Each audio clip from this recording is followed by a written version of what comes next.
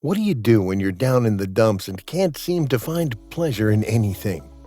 The simplest of things that give you joy, like the laughter of a child, ice cream melting on your tongue, or the jingle of your favorite commercial, can't even seem to take you off the slump you find yourself in.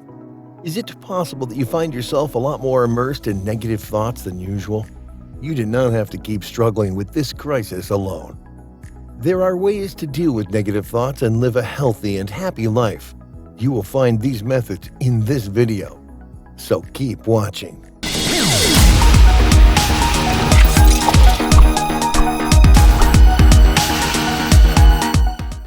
What is negative thinking? We all deal with negative thoughts popping up in our heads at one point or another in our lives. Negative thoughts can lead to any of the several ills in society, such as social anxiety, depression, stress, and even low self-esteem. Negative thinking often accompanies a harsh critic in your head, disapproving of everything you do, from the way you walk to the way you talk. This makes you fraught with worry. With worry comes an increase in stress levels, among other symptoms. The unhelpful thinking patterns can have a strong hold in our lives, which manifests itself in everything we touch. The effects of negative thinking reflect in our relationships, friendships, health, and work, among other aspects of our lives. Negative thought patterns are a slippery slope that can send one down a sinking sandpit of pain, devastation, and depression. While everyone deals with the occasional gloomy day, no one should live a persistently dismal and murky life. The cause of negative thinking. There are several reasons why negative thinking influxes the mind. Depression and negative thinking could be a symptom of an underlying physical condition. It can occur as a result of the sequence of life events or personality problems. Negative thinking can occur as a side effect of drugs, or it might occur as a result of a combination of these events. The constant stream of sad thoughts can be frustrating, as you can't be sure if depression is making you think negatively, or if thinking negatively is what's making you depressed. Negative thoughts often lead to depression. Our thoughts dictate our feelings, and dwelling on negative thoughts can easily send one down the rabbit hole. That is depression. The different types of negative thoughts. Unhelpful thinking patterns tend to differ in minute little differences, but they all have a common denominator in the distortion of reality and the certain irritational way they present situations and people. David D. Burns, the author of Feeling Good, The New Mood Therapy, created certain terms for the misrepresentations our minds capture. 1. Filtering. This is when you dwell on the singular negative spot and ignore all the good things that are happening around you. For instance, you find yourself focusing solely on the dust speck on a Van Gogh painting. Number 2. Polarized thinking. This kind of thinking reinforces the belief that it is either one or the other. It is either people are wonderful or they are awful. If you cannot perfect something, then you are a failure across the board. Number 3. Overgeneralization. This thought process deludes you into believing one event as truth and fact over your life. For instance, should you fall off the horse the first time you tried climbing on, you believe you'll always fall off the saddle every time you try. Number 4. Jumping to conclusions. Rather than follow a thought process, you find yourself reaching for the worst possible conclusion. For instance, if your friend has not called you in a while, you believe he or she hates you. Number 5. Catastrophizing. This makes you believe that something bad is bound to happen. You believe that disaster is unavoidable, and you find yourself plagued with the what-if scenarios. Number 6. Personalization. Here, you tend to think the world revolves around you. Every word, every action is a slight to you.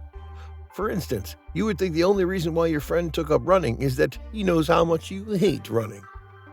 Number 7. Control fallacies. Here, you are either the victim or the perpetrator.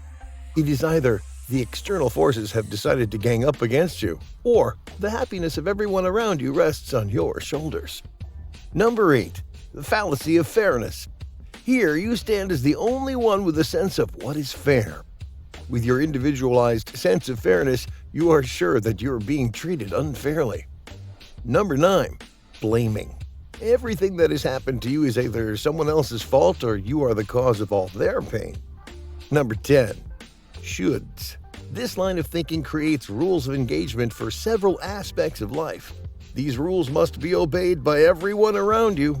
If you violate the rules, you feel guilty, but if others break the rules, you feel angry. Number 11. Emotional reasoning. Here, your emotions define truth and fact for you.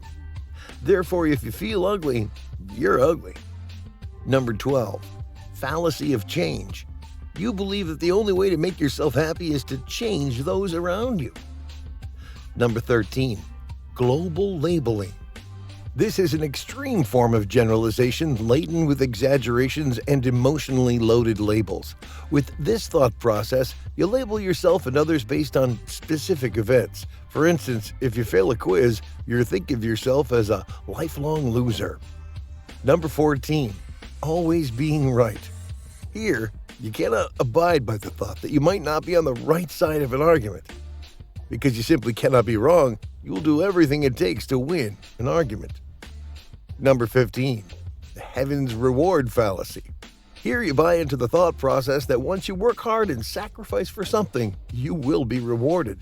And if that reward does not come when you want it, you tend to become angry and bitter. How to deal with negative thoughts. The first step, which must be taken to avoid negative thoughts, is to first understand them. The mind often takes impressive leaps and bounds to convince us of what are untruths. These distortions are often used to reinforce negative thoughts or emotions. To successfully banish negative thoughts, you must constantly refute the thoughts as they come. To deal with negative thoughts, first you have to acknowledge them. By acknowledging them, you don't give those negative thoughts time to take a strong hold in your mind. You acknowledge the negative thoughts that run through your mind by being mindful and self-aware. The art of mindfulness is a practice that encourages you to detach yourself from your thoughts and emotions. You then observe the sequence of events with the objectivity of an outside observer. Objective mindfulness aims to get back control of your emotional reactions to particular situations by taking charge of the limbic system. There are several theories that by practicing mindfulness, the ability to use thoughts more adaptively improves. According to a particular study, those who engage in a mindfulness practice tend to experience fewer negative thoughts after exposure to negative imagery. This lends credence to the school of thought that mindfulness has an impact on reducing the impact of negative thinking. How to heal from negative thoughts. It is not just enough to acknowledge your negative thoughts and put a label on the type of distortion your mind plays. You also have to embark on the difficult process of healing from negative thoughts. One of the methods that can be quite helpful in healing from negative thoughts is cognitive restructuring. The process helps to identify and change negative thoughts into more helpful and adaptive responses. Cognitive restructuring is a step-by-step process that allows you to recognize and identify thought patterns. Those thought patterns are then evaluated for accuracy and then replaced. Rather than just acknowledging a negative thought, you can take it a step further by studying the evidence for and against that thought. By doing this, you challenge the negative thought and explore the alternatives that are more helpful and realistic. While this style of thinking is not a familiar one to the mind, time and practice make it easier for rational thoughts to make their way into your mind. With cognitive restructuring, you can easily challenge your thoughts and escape the gloomy clouds that negative thinking brings. Here are a couple of steps you can take to challenge the negative thoughts in your head. Ask yourself if that thought is realistic. Examine a similar situation that happened in the past and evaluate if your thoughts are on course with what took place. Actively challenge the thought and seek alternative explanations. Weigh what you have to gain and lose by maintaining that thought.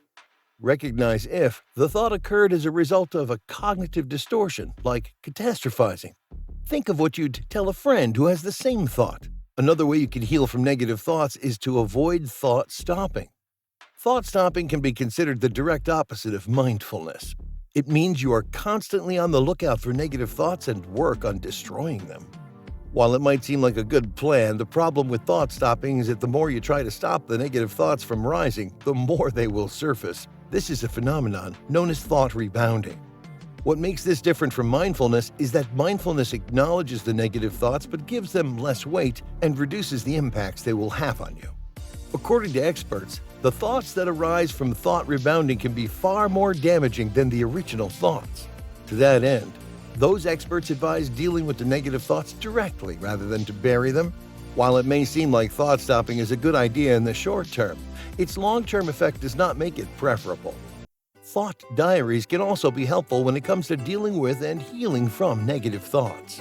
With thought diaries, you can easily identify the negative thinking styles that you battle with and obtain a better understanding of how your thoughts cause your emotional reactions. You will also gain a better understanding of the fact that it is your thoughts, not the situation you find yourself in, that is eliciting that reaction. With a thought diary, you can find it easier to be clinically objective about the emotional and physical reactions that result from negative thinking patterns. By the end of the thought analysis, you can find it easier to replace negative thoughts with more helpful and positive ways of thinking. Conclusion: negative thoughts are quite common, and almost everyone deals with them. This is because we are more influenced by the negative than the positive. That said, negative thoughts can be dealt with, and it does not have to control our lives. Changing your thought patterns is not a day's job. It is a long and tough process, but with practice it gets easier and you can create new automatic thoughts that work for you and help you live a happier life. Why don't you take it up as an experiment and see what happens? You can let us know your progress in the comments section. If you enjoyed the video, make sure you drop a like and subscribe. Oh, and turn on post notifications. Now, if you'll excuse me, thank you for watching. I'll see you in the next video.